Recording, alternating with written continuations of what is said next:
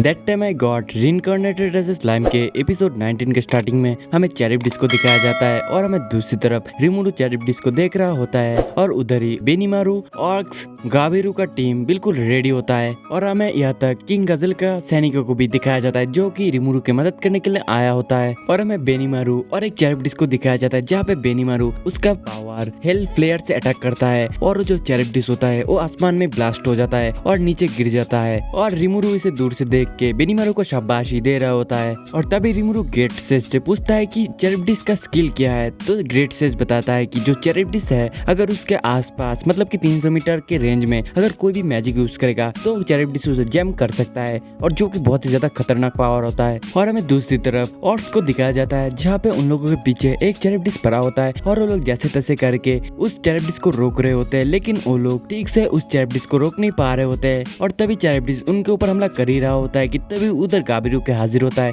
और वो अपना वोर्टेक्स पेयर से एक बहुत ही खतरनाक हमला कर देता है जिसकी वजह से जो चैरिब्डिस है उधर ही मर जाता है। और हमें दूसरी तरफ किंग गजल के सेनापति और उन लोग के सैनिक को भी दिखाया जाता है जहाँ पे वो लोग एक चैरिब्डिस के साथ फाइट कर रहे होते हैं। वहीं पे दूसरी तरफ गोप्टा और उसकी टीम एक चैरिब्डिस से भाग रहे होते हैं और वो लोग बहुत ही मुश्किल से एक चैरिब्डिस को रोक रहे होते हैं और जो हकुरो होता है वो पास में खड़ा होके ये सब नौटंकी देख रहा होता है। और तभी हमें शूना बेनीमारू और रिमुरु को दिखाया जाता है जहाँ पे रिमुरु के पास मिलीमा के हाजिर होती है और वो बोलती है कि मुझे भी इस फाइट में शामिल होने के लिए इजाजत दो, लेकिन जो रिमुरु होता है वो उसे मना कर देता है और वो बोलता है कि तुम ऐसे फाइट में एंटर नहीं कर सकते हो। और तभी में उधर एक चैरिब्डिस को दिखाया जाता है जहाँ पे उसके ऊपर शोई आता है और वो अपना एक स्किल यूज करता है जिसकी वजह से वो उस चैरिब्डिस को अपना पपेट बना लेता है और दूसरे चैरिब्डिस के ऊपर उसी से हमला कर देता है जिसकी वजह से वो दोनों ही उधर मर जाते हैं। और तभी हमें उधर शियोन और रांगा को दिखाया जाता है जहाँ पे शियोन जाके एक चैरिब्डिस के ऊपर डेमन ब्लेड से हमला करता है जिसकी वजह से वो जो चैरिब्डिस होता है उधर ही ढेर हो जाता है। और हमें दूसरी तरफ गोप्टा और उसके टीम को दिखाया जाता है जो कि वो लोग पीट रहे होते हैं। तभी हाकुरो सामने आता है और उस चैरिब्डिस को बिल्कुल सब्जी की तरह छोटे छोटे टुकड़ों में काट देता है और हाकुरो गोप्टा से बोलता है कि तुम्हें और भी ज्यादा ट्रेनिंग की जरूरत होगा क्योंकि तुम लोग बहुत ही कमजोर हो चुके हो। और हमें सभी लोगों को एक एक करके दिखाया जाता है जहाँ पे वो सभी लोग उस मेन वाले चैरिब्डिस के ऊपर पहुंच चुके होते हैं और एक एक करके हमला कर ही रहे होते हैं कि तभी वो जो चैरिब्डिस होता है वो अपना अटैक कर रहा होता है, मतलब कि उसके बॉडी में जितने भी सारे शेल है वो बाहर आ जाते हैं और उनके ऊपर अटैक कर रहा होता है। और तभी शियोन नीचे गिरने वाला ही होता है कि रांगा जाके उसे बचा लेता है और चैरिब्डिस का जो शेल होता है वो बुलेट की तरह उनके ऊपर आ रहे होते हैं और वो लोग एक एक करके उन सभी से बच रहे होते हैं और वो लोग इन सभी से फाइट करते करते बहुत ही ज्यादा थक जाते हैं और वो लोग कुछ भी समझ नहीं पा रहे होते हैं कि अब वो लोग क्या करेंगे। और तभी शोई शियोन और रांगा डिसाइड करते हैं कि वो लोग इस चैरिब्डिस से फाइट करेंगे और वो लोग बहुत ही जोश के साथ चैरिब्डिस के ऊपर हमला करने जा ही रहा होता है कि तभी उधर रिमुरु आ जाता है और उन सभी को उधर ही रोक देता है और वो बोलता है कि पीछे हट जाओ, अब मुझे इसे संभालने दो, तुम लोग जाके रेस्ट करो। और तभी रिमुरु एक बहुत ही खतरनाक सा अटैक उस चैरिब्डिस के ऊपर कर देता है और उसका जो भी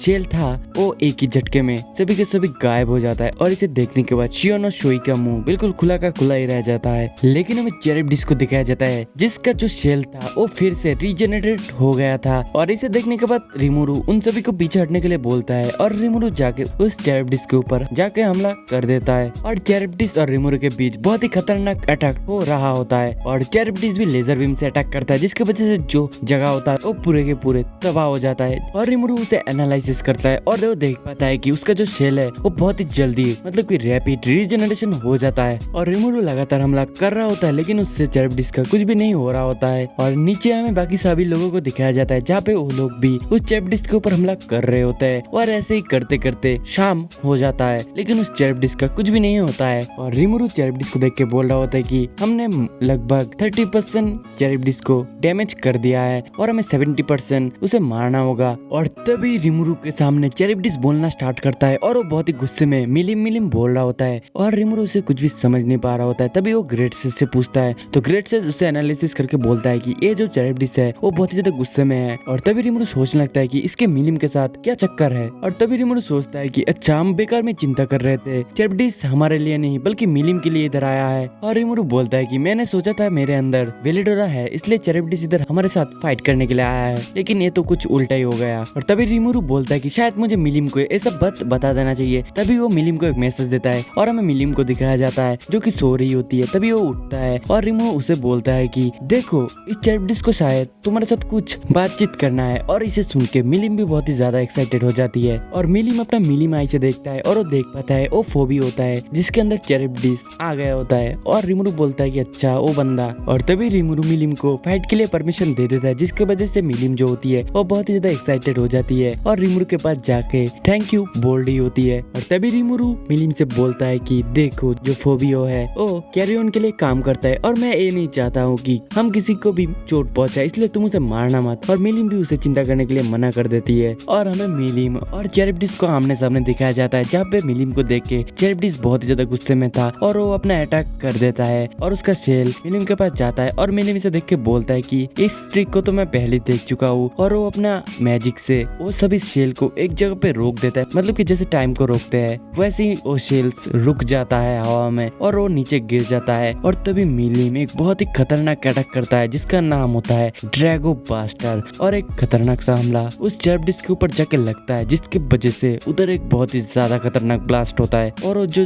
चैरिप्टिस होता है उधर ही मर जाता है। और तभी रिमुरु जाके फोबियो को पकड़ लेता है जो कि उसी चैरिप्टिस के अंदर से निकला होता है। और आप लोग समझ ही सकते हो कि मिलीम कितना ज्यादा पावरफुल है। सभी लोग मिलके भी ओनली 30% चैरिप्टिस को डैमेज कर पाया था, लेकिन जो मिलीम है वो 1 सेकंड में ही उस चैरिप्टिस को हरा दिया था। इससे आप लोग अंदाजा लगा सकते हो कि मिलीम कितना ज्यादा पावरफुल है। और हमें नेक्स्ट सीन में रिमुरु को दिखाया जाता है जहाँ पे वो फोबियो के अंदर से चैरिप्टिस को पूरी तरीके से खत्म कर रहा होता है और फाइनली सक्सेसफुली वो उस चैरिप्टिस को फोबियो के अंदर से निकाल देता है और उसे हीलिंग पोशन दे देता है। और तभी उधर ड्रॉप आता है जो कि होता है गाजेल का सेनापति और रिमुरु उसे थैंक यू कर रहा होता है कि वो लोग इधर आए हैं उनका हेल्प करने के लिए। और तभी रिमुरु बोलता है कि इसमें मेरा कोई हाथ नहीं है, तुम जो लड़की देख रहे हो ना ये है डेमन लॉर्ड मिलीम, इसी ने हमारी मदद किया है। और मिलीम को देखने के बाद डॉर्फ बिल्कुल भी यकीन नहीं कर पा रहा होता है और उसे लगता है कि ये एक जोक है और वो जोर जोर से हंसना स्टार्ट कर देता है जिसकी वजह से जो मिलीम होती है वो बहुत ही ज्यादा गुस्सा हो जाती है। और मिलीम जोर जोर से बोलती है कि देखो मैं ही हूँ डेमन लॉर्ड मिलीम और मैंने इस चैरिप्टिस को हराया है तो मेरी बात का यकीन करो। और तभी डॉर्फ बोलता है कि हाँ हाँ समझ गया। और तभी रिमुरु से बोलता है कि चलो हमारा काम इधर पूरा हुआ तो हमें अपना नेशन वापस जाना होगा और लोग इधर से चले जाते हैं। और तभी हमें फोबियो को दिखाया जाता है जिसे होश आ चुका होता है और वो बोलता है कि मैं किधर हूँ। और तभी उसे सब कुछ याद आता है और वो सभी लोगों से माफी मांग रहा होता है और वो बोलता है कि मैंने मिलीम की पावर को अंडर एस्टिमेट कर दिया था और मैंने ये नहीं सोचा था कि इसकी वजह से इतना ज्यादा ट्रबल क्रिएट होगा। और तभी ट्रेनी डायड उसे पूछता है कि तुम्हें चैरिप्टिस का पता कैसे मिला था। और तभी फोबियो बोलता है कि मेरे पास एक मार्क्समैन और एक लड़की आया था जो कि टीआर और फुटमैन था। और तभी ट्रेनी डायड जमीन में एक पिक्चर को ड्रॉ करता है और वो बोलता है कि क्या ये ऐसा था, लेकिन फोबियो मना कर देता है और वो बोलता है कि उन लोगों का मार्क्स एंग्री टाइप का था।